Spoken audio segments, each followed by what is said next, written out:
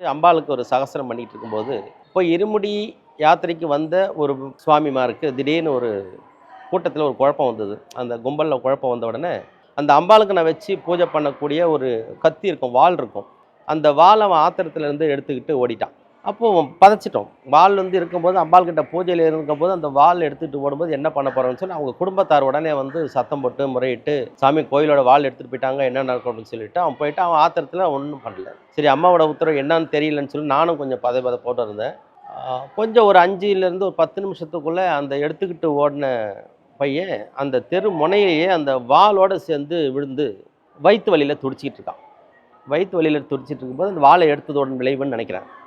துடைச்சிட்டு இருக்கும்போது, அப்புறம் திரும்ப ஓடியாங்க. "சாமி பையன் வந்து வாளோட விழுந்துட்டான். வந்து காப்பாத்துங்க, காப்பாத்துங்க" அப்படின்னாங்க. சரி உடனே அம்மா கிட்ட இருந்து ஒரு எலுமிச்சம்பழத்த கொண்டு போய் அந்த பையன்கிட்ட குடுத்து, கடிச்சு குடிக்க சொன்னேன். கடிச்சு கொஞ்சம் ஒரு 2 நிமிஷத்துல, 3 நிமிஷத்துல அவன் நார்மல் ஆயிட்டான்.